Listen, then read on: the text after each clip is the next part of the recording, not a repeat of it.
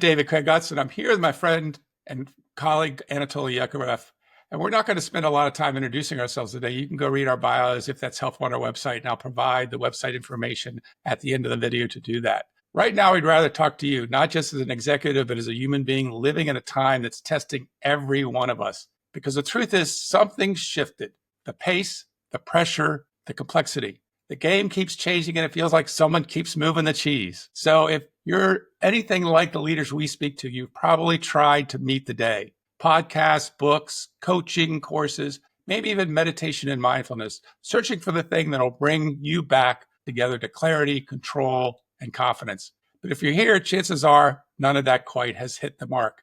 You're still looking, and maybe deep down, you're even starting to wonder if what you're looking for still existed. Get it?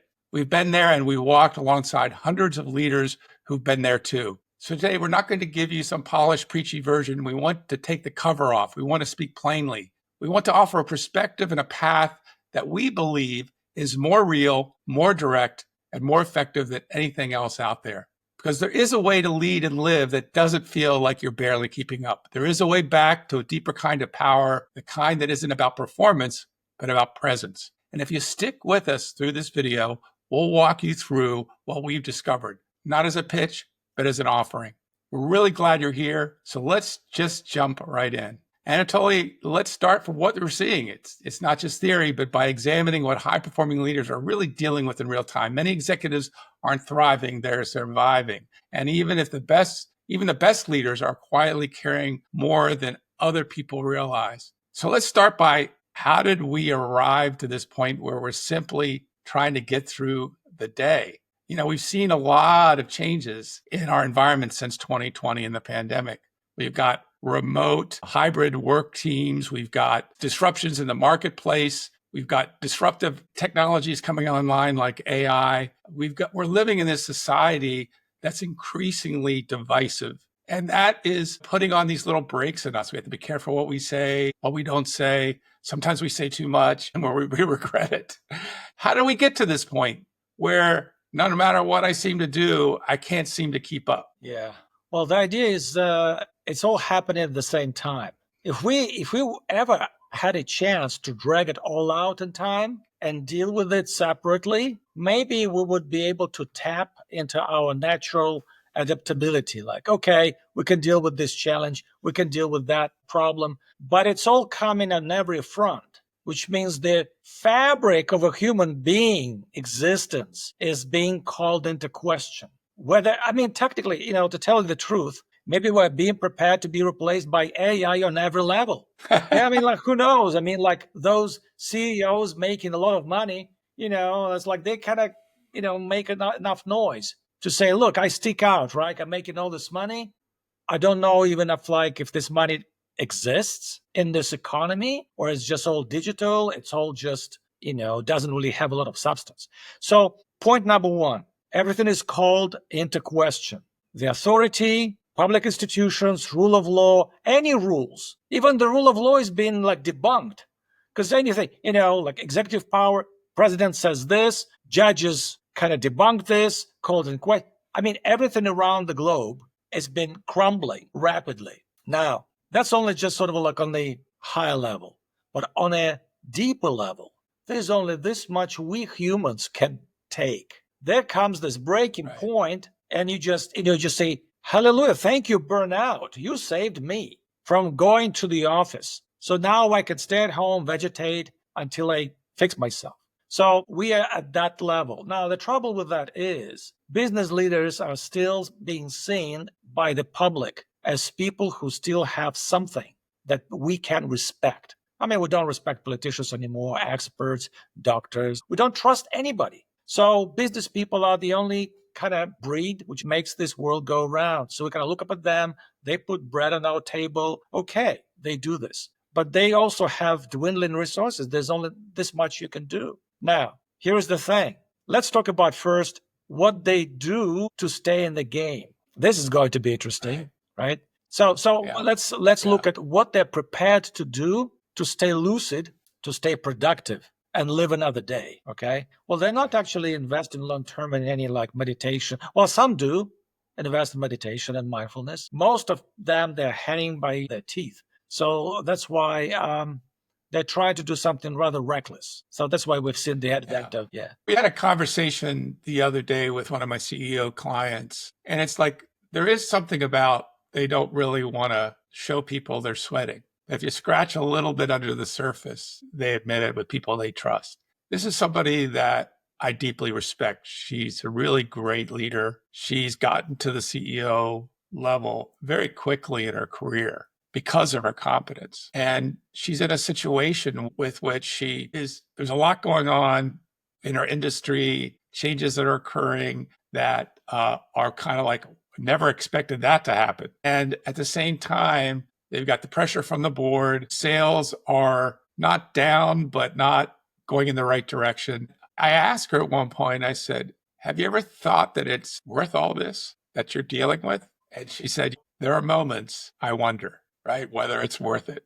But I have to put my head back down and keep going because everything's coming at me. And there's research out there from Deloitte that says 70% of executives they've researched have in the back of their mind the exit, that it is not worth it. At the same time, here they are in a position where they're paid about as good as anybody else in the world for what they do. They've got all the trappings of being in those senior executive roles. And yet, even that's starting to diminish their desire to stay in the role. So what is actually happening in an individual? You talked about the overwhelm. There's so much the human body can handle of this overwhelm. At a certain point, it kind of starts shutting down or compensating. What's actually going on when we're confronted with all this pressure? Well, they talk about various manifestations and degrees of burnout. So people deal with it differently. And you mentioned one thing, like it's almost like faking until you make it. People still fake that they're staying in the game. So everybody looks around like, hey, am I the only one feeling this?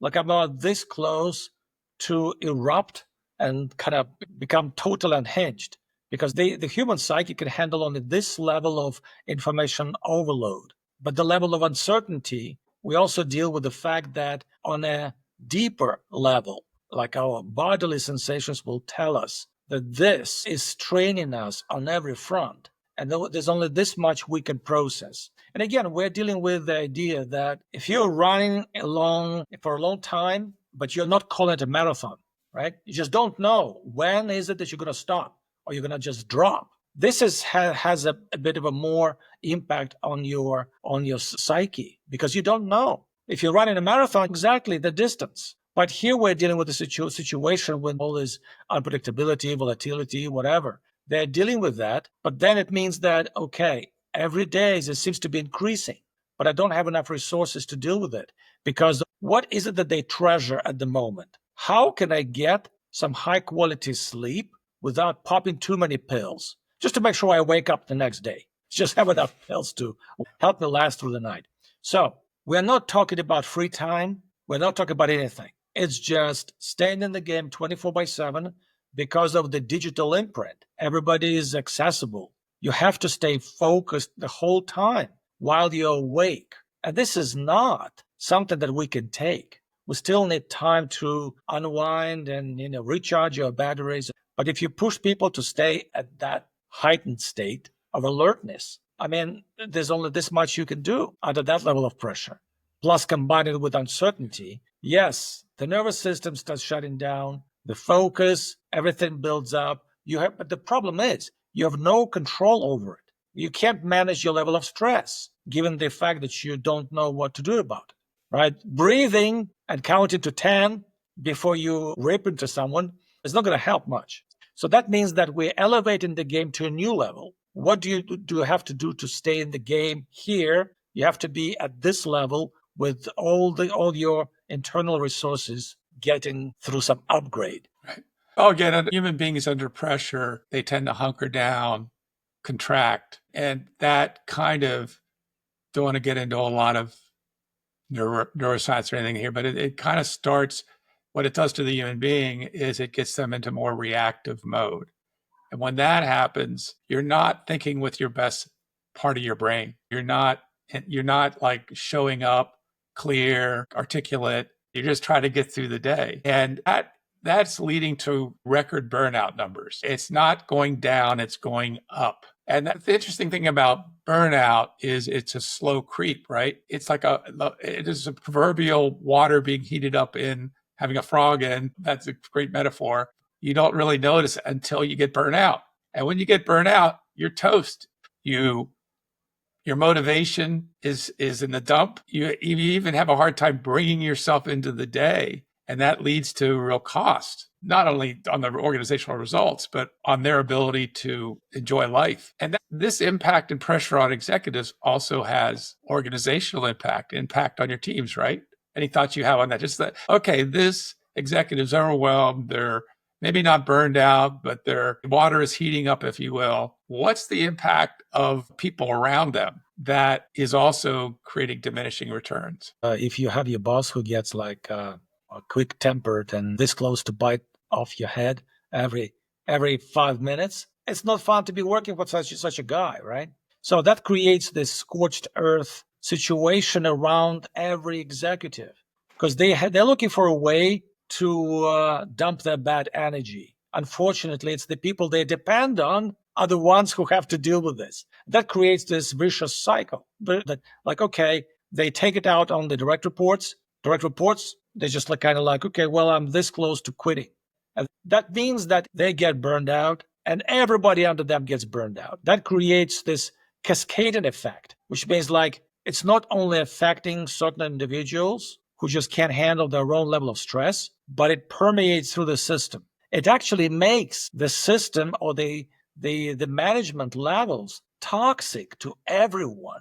So this company is gradually imploding. And then again, this is not just only one thing. You have to also put this in the cultural context. Well, the cultural context is this. The Western perception of how you do business and treat each other and all that has moved way away from the level of civility that people used to have. So anything goes now these days. Any lie, any deceit, any manipulation, it has been taken to a level of art. How can I BS whatever I want to say through and see if people will buy it? It got to a glorified level. So you take this and you lump it together with the physical state and just realize as humans, we cannot exist in this atmosphere. It has no oxygen left. It's toxic through and through. And now, at this point, money stops being any incentive because you realize I'm developing rash. I'm allergic to this place. I'm out. I'd rather peddle hot dogs. This is not the kind of a work I want to do because it makes me sick, makes me want to throw up. I hate my job. I hate my bosses. Now, the bosses feel the same. I hired those half-wits. They can't deal with my anger. I mean, don't have time to do any hand-holding. They should be dealing with my anger the way I see fit because I'm paying them. And then at the same time, they have to be like Einsteins doing the work in the highly volatile space that we're having. You see, it's almost like on every level, it's becoming totally unmanageable for a variety of other small reasons. So, and because of the digital advance, people are getting dumber. People can't do their jobs that they used to 10, 15 years ago. They were smarter, they were more resilient. But because of the introduction to the screen time, we gradually lost that ability to work with other human beings, to get things done, to communicate properly, to have that level of civility between people. You see, because that's gone out the window. So you take all that combined and you've got a problem. Houston, we've got a problem because you can't. There's no air in this space. You're right there in the stratosphere. And before we dive into the next part of this video, I want to speak to those executives listening. Maybe you don't relate to this issue of feeling burned out. Maybe you're operating at a high level, leading a strong team, and things are going pretty well. And that's real and it deserves attention. But here's the truth. Even when things are going well, something deeper may still feel out of sync. Also, in the back of your mind, you might be longing for greater impact. Maybe you have aspirations to step in a bigger role, to be promoted, to lead a vision, or even run a company. And yet you might believe you still need more experience, more knowledge, more time before you're ready. But what if that's actually not the case? What if the next level isn't about adding more, but about removing what's in the way of greater clarity, confidence, and presence that's already within you. So I just wanted to add that because what we're about to jump into applies equally to those operating well as those experiencing burnout, because there are always levels of greater impact available to you that, when tapped into, can add velocity to you meeting some of your aspirations. So I just wanted to say that. Well, I think we've painted a pretty good picture of what's going on. And I think if an executive is listening, they can relate to this. So, and I don't think that most executives are sitting on their hands not trying to solve this. They hire coaches, they invest in leadership programs, they build new routines, they may start to meditate. But here's what we've seen. And again, unless something shifts the result, these attempts, these desires to do something different so that I can resolve my experience in this situation and environment I'm in, the results aren't sticking in those ways of operating. And again, we don't want to say that those things that they're doing have no value, because they do. But let's talk about what executives are doing to try to overcome it, and why that isn't working. I think there's probably several categories of these modalities. There's mental hacks and productivity fixes. There's, whether that's time management, working with a coach, listening to podcasts, trying to find a way in which I can shave off a couple of minutes of my day so I can breathe. There's like reworking the org chart, like reorganizing things so it works better, move the chairs around on the Titanic, and trying to stay sane in the fray. That's where the meditation and mindfulness comes in. How can I feel better in some way and have a little more resilience? And then there's also engaging coping mechanisms, like avoiding that conversation with that difficult person that I need to have to move forward that project, but I don't want to deal with that today, to other less sustainable and unhealthy ways to do that. So anything to add to that as far as what people are trying and the impact of those things and why they may not be working as well as maybe they once did? Well, I'll start with this. My friend is working for one of the best and most respectable consultancies in the world. And this person shared with me examples of those people who are preaching what you're talking about, how executives could increase their productivity, performance, well-being, work-life balance, all that. Inside their company, they're doing the opposite because they don't do what they preach. And this person shared with me some examples were absolutely glaring. Because just to respond to what you just said, we're not talking about some abstract executives. Let's talk about people who prescribe ways of improving the morale and performance and everything to the top leading companies, right? That's what they do. But inside the firm, they behave like just anybody else. So what we get from the top leading companies who pave the way for others, they're not doing that themselves. They resolve even internal crises so poorly, like they would hire whistleblowers, they would not fire toxic people, that cancer would grow, they would sugarcoat it and all that. So I'm just sharing this example because I've observed a couple of episodes from that company inside, out, and then I deduce from that. Okay, so what we have now is a game. The kind of advice or consultancy provided to help other companies to deal with what we're talking about, it's not working because it's a lot of BS. Nobody lives and breathes by what they preach, right? So we get this out of the window. What executives actually decided to do, as long as it works, first, it's physical health. Their gym time becomes their sacred time. They go and blow the steam, and running track or doing whatever. So that's the only sanity time they have. They don't have time for coaching. They don't have time for strength. They don't have time for anything else because all of that has been taken up by work. So I'm just sharing with you what I heard just directly from people.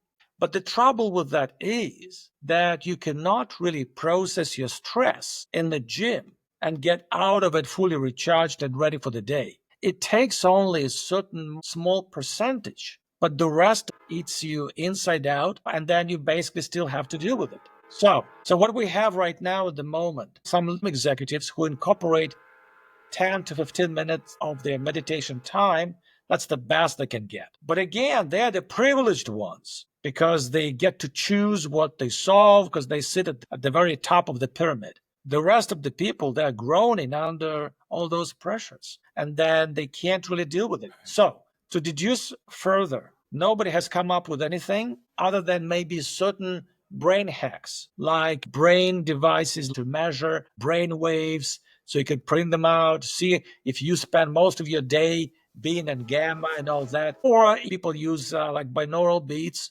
to synchronize their hemispheres of their brains, put some sanity. But again, this is all temporary.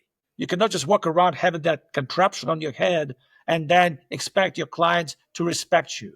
It's like microdosing. Everybody notices that you're microdosing because of your diluted eye pupils, right? And then, you stick out, you stand out. So what do? You have to do something internal, but that's where they're not getting too close yet. And this is showing up in numbers too. Again, it's 75% of CEOs are dissatisfied with the leadership development investment they're making. In other words, it isn't strategic and it doesn't seem to be quieting down the noise around me. And I think this is to be fair to executives who do want to solve this problem. If you ask them, what if I could snap my finger and it could be solved? They would say yes. But there's a couple of things that the current solutions are not providing that is most needed or going against. Number one, it takes time that they don't have, as you pointed to. Number two, it's only so effective and for only so long. And so at a certain point, as you're burning out and motivation is going down, you're saying, oh, why should I even do it? So there's a little bit of that. And I want to move to this next stage, which is what's really going on here. Is that everybody talks about habits, systems, strategy, but few people are naming what's really happening. Many leaders have become disconnected from themselves, right? So that's the real issue that's happening here. That's the core truth. So let's talk about what it means to be disconnected from yourself. There's something that we have in us that kind of feels like we lost it, or we may never had full control over it because we never looked at it before, but we know something is off.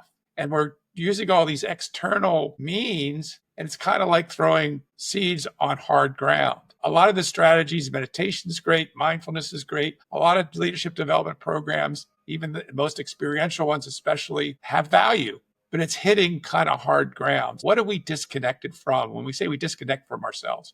Well, let's start with the fact that we all grow in various environments. So it starts with our childhood, throughout our puberty, throughout like all our first challenges, and when we start our life, going to college, get our first jobs. We just keep accumulating layers and layers and layers of defenses that we develop in response to the world outside of us, be that hostile or be that certain situations that we have to deal with. So as we keep adding those protective layers, we kept further getting disconnected from our core self of who we really are, which means that by the time we get in a situation where we're being challenged by people around us, by our work, by our partners and clients, we can no longer deal with it because we're disconnected from our core self, and we cannot really have any defense mechanism developed on top of what we have already put in place. So we get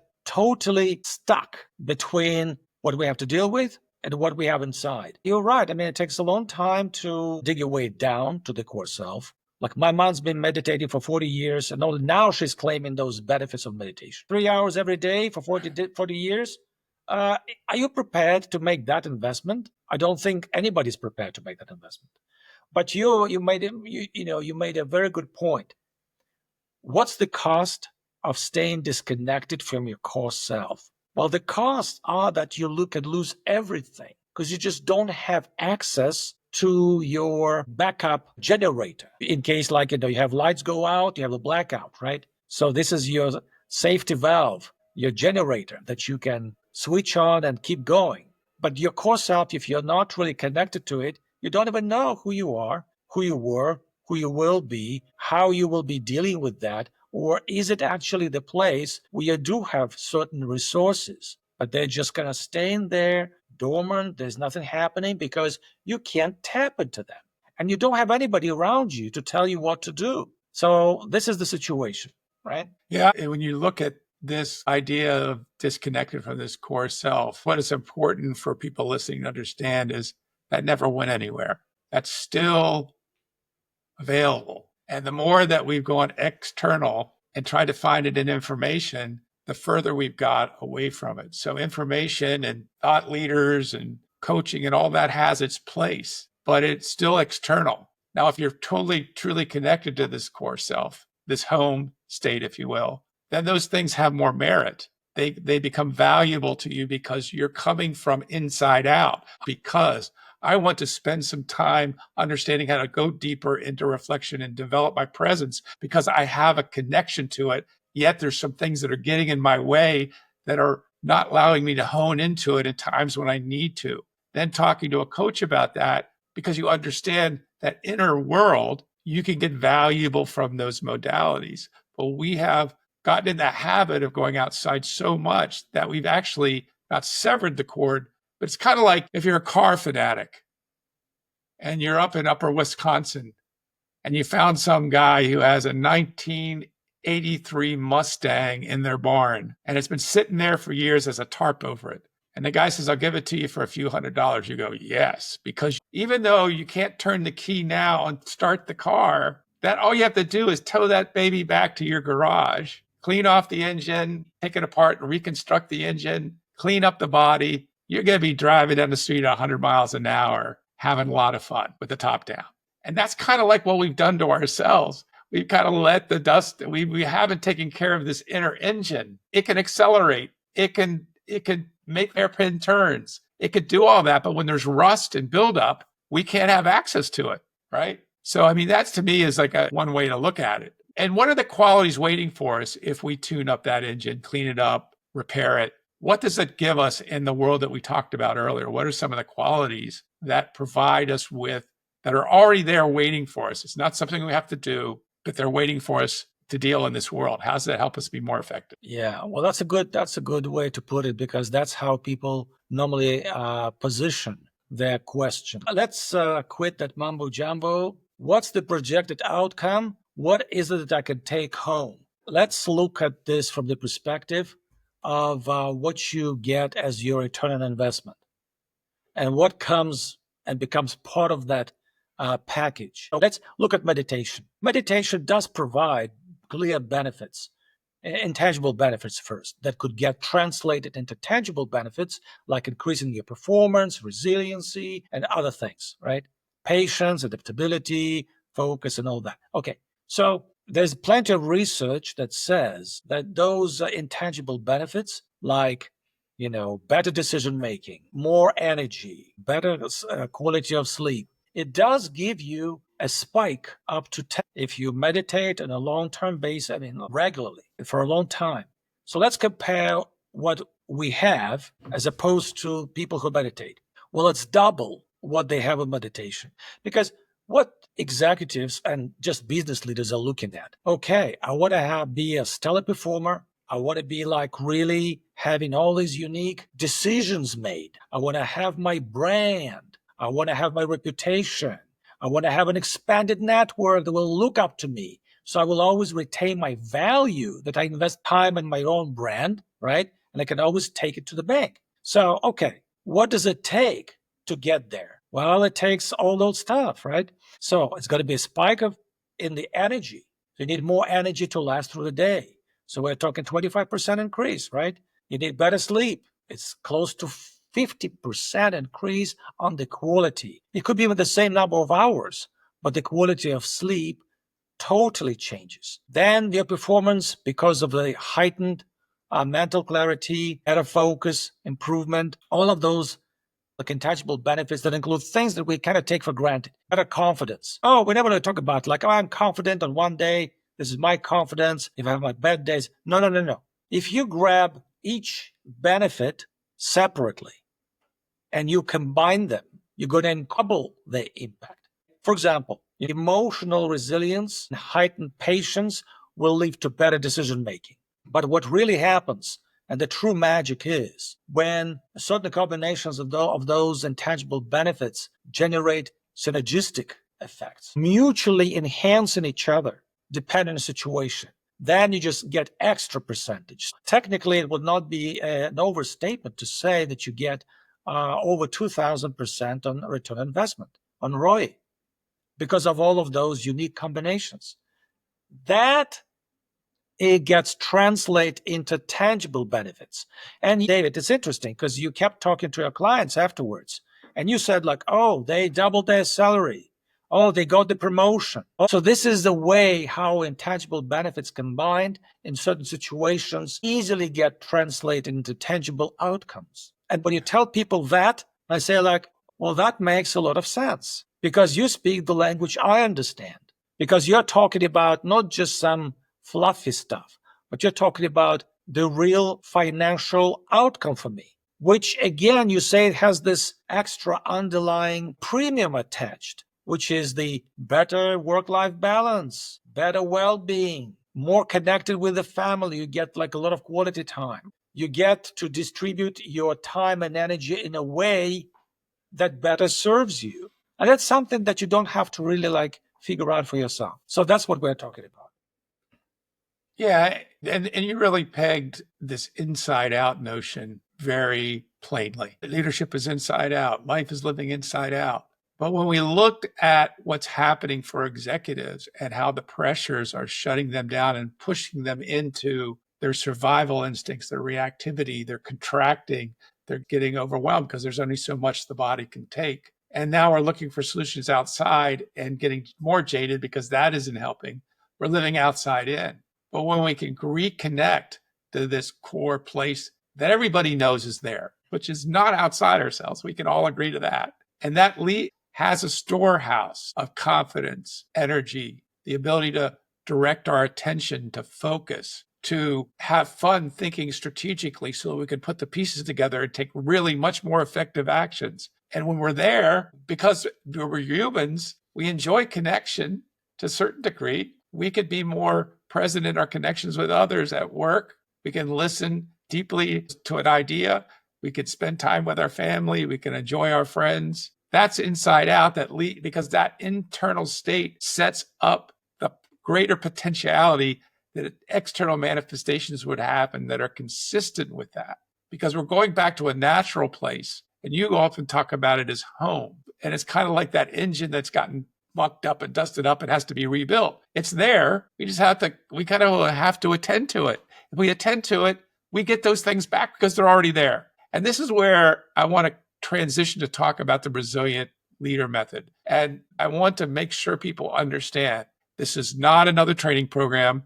It's not a checklist. It's not a coaching program. Engaging this method is simple and straightforward. You don't have to effort or learn or change a bunch of habits because it's not about becoming new or trying to figure out how to add something new. It's a reset to return to that state we just talked about that you already know, that's just been buried from years of adaptation and pressure. So what is the resilient leader method? And I'm going to turn it over to you to kind of be the color guy here.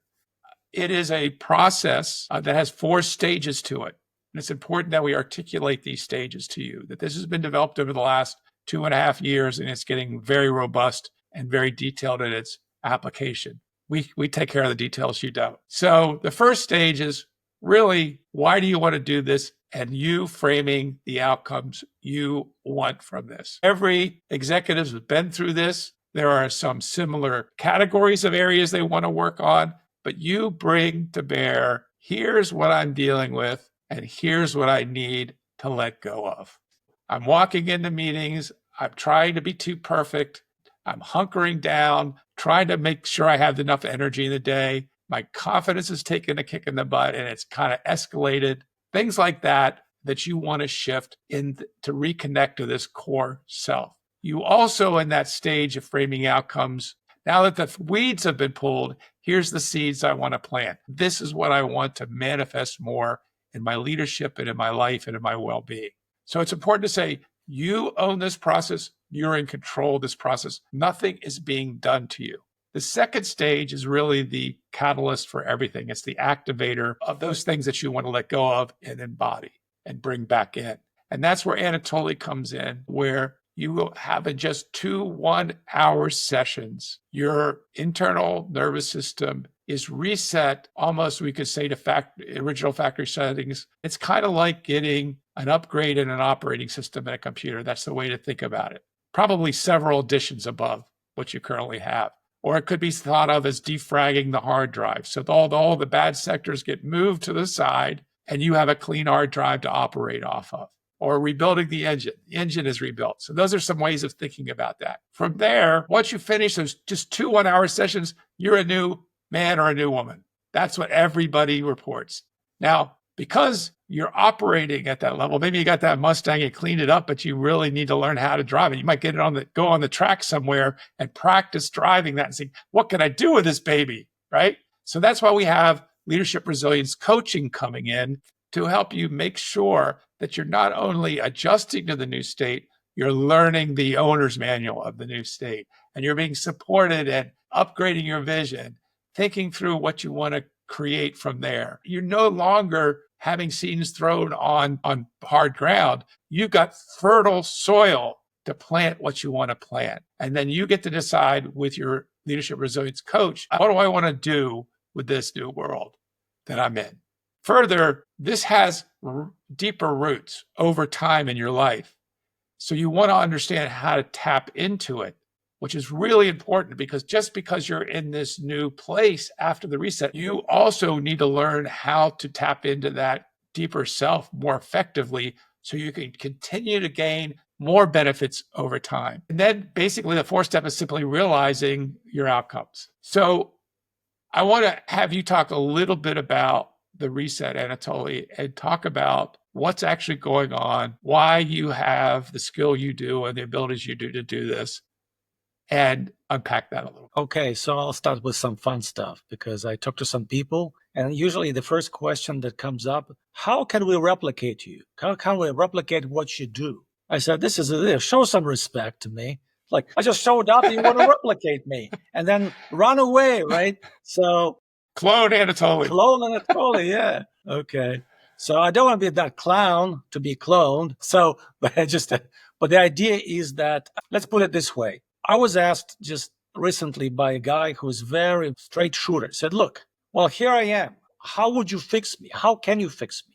What do you do? And one thing I say, look, what I have is just a natural gift.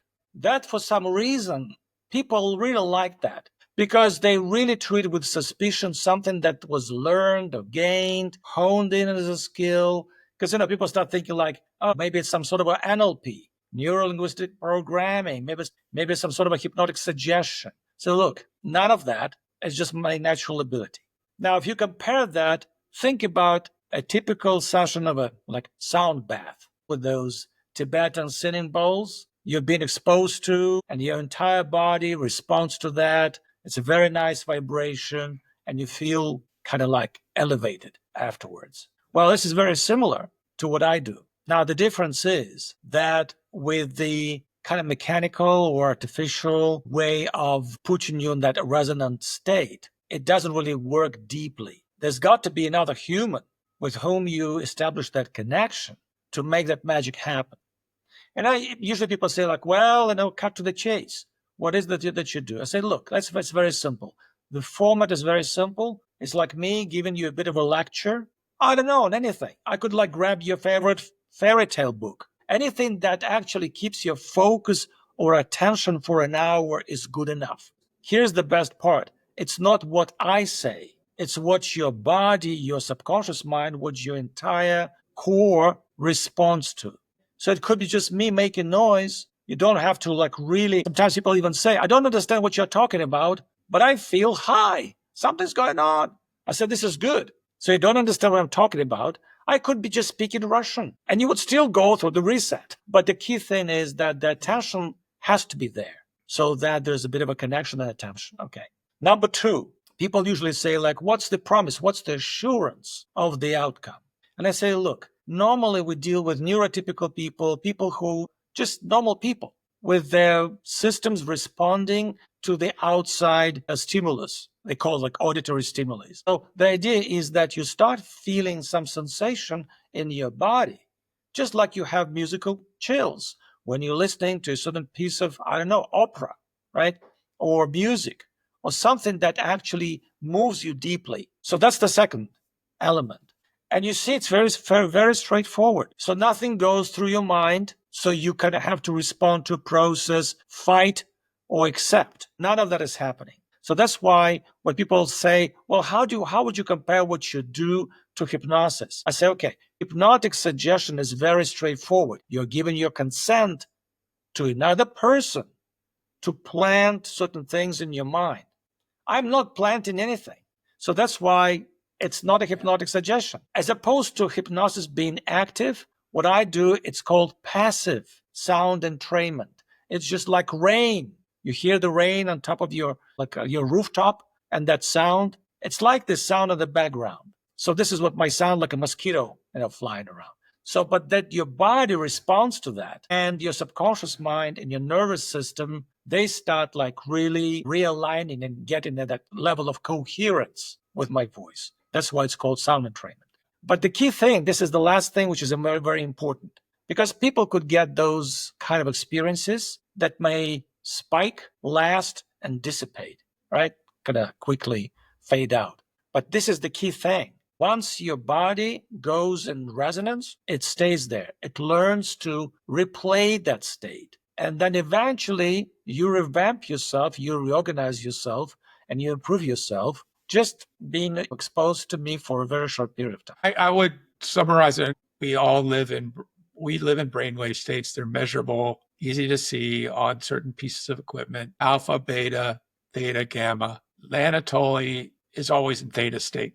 He's one of these rare birds that's in theta state. What theta state is to us as human beings is one of the most coherent states. Your brain loves it. Your body loves it. It's the state of relaxation, meditation. It's the state that promotes healing. It's also the state that allows you to have access to your subconscious mind and your subconscious and your intentions for your subconscious mind. So there's a direct channel when you are in theta that opens up to your subconscious. So when we have a conversation with Anatoly, because the brain craves coherence and resonance, and it happens mostly neck down, right? When you hear Anatoly's voice, what happens is you entrain with that theta state that he's in. And you get to relax, especially stressful executives. Like, I haven't felt like that in years after talking to Anatoly. I feel great because there's something that gets entrained that is craved by you, that's benevolent and supportive of everything you want to do. And that's why we have 2 sessions. The first session is to help you get in sync with Anatoly, and people notice this dopamine rush afterwards, and a lot of creativity comes forward a lot of times. Then the second session, because this doorway has been opened to the subconscious mind and you're in relationship, and we usually have the sessions just separated by a day or 2, you're able to then, with Anatoly and his support, release these old patterns that change so much, not just 1 or 2 things. They change your whole being to be consistent with the desire to let go of those. And because you're communicating directly with your subconscious, it's easy. It's quick. That's what's unique about this. And then you can also then plant those new seeds, because then you're also in this conversation with Anatoly where that communication is open. And the subconscious is what runs the show in us. We're not going to go into a lot of detail about that. We can share more about that if you talk to us. But that's what's happening in this process. And the results are stunning. And the coaching is just meant to help you make sure that you get the most benefit out of it. And we can talk more about what's entailed in that, but that's the goal. Now, the best part is, as Anatoly said, these results aren't fleeting. They're embodied and permanent. It's not like going and meditating and then later in your day, you're reacting. So I want to give you a glimpse of what this looks like in the real world with a few executive outcomes. So we had Amy, who was a high-performing CFO that was constantly managing tension, trying to get it all right. She had a perfectionist block to her growth. And after the reset, she let go of that burden. She was no longer perfectionistic. And in the results, she was promoted into the CEO role with the presence and trust of others. There was Dan, who's a seasoned real estate executive, caught up working for a narcissistic boss, and spent most of his day trying to dance in that reactivity. If anybody's dealt with a narcissist, what I mean. After the reset, he was anchored himself. That narcissist had no control over him. He saw the game more clearly. And within 3 months, he was recruited and moved into his dream role with triple the income and none of the chaos. Pursoon was an IT thought leader, was burning himself out by trying to support everyone. He was a really good leader, really cared about his team, but that was burning him out. After the resilient leader method engagement, He reclaimed 30% of his time, made sharper decisions, and is today is a CIO, not because he worked harder, but because he found himself again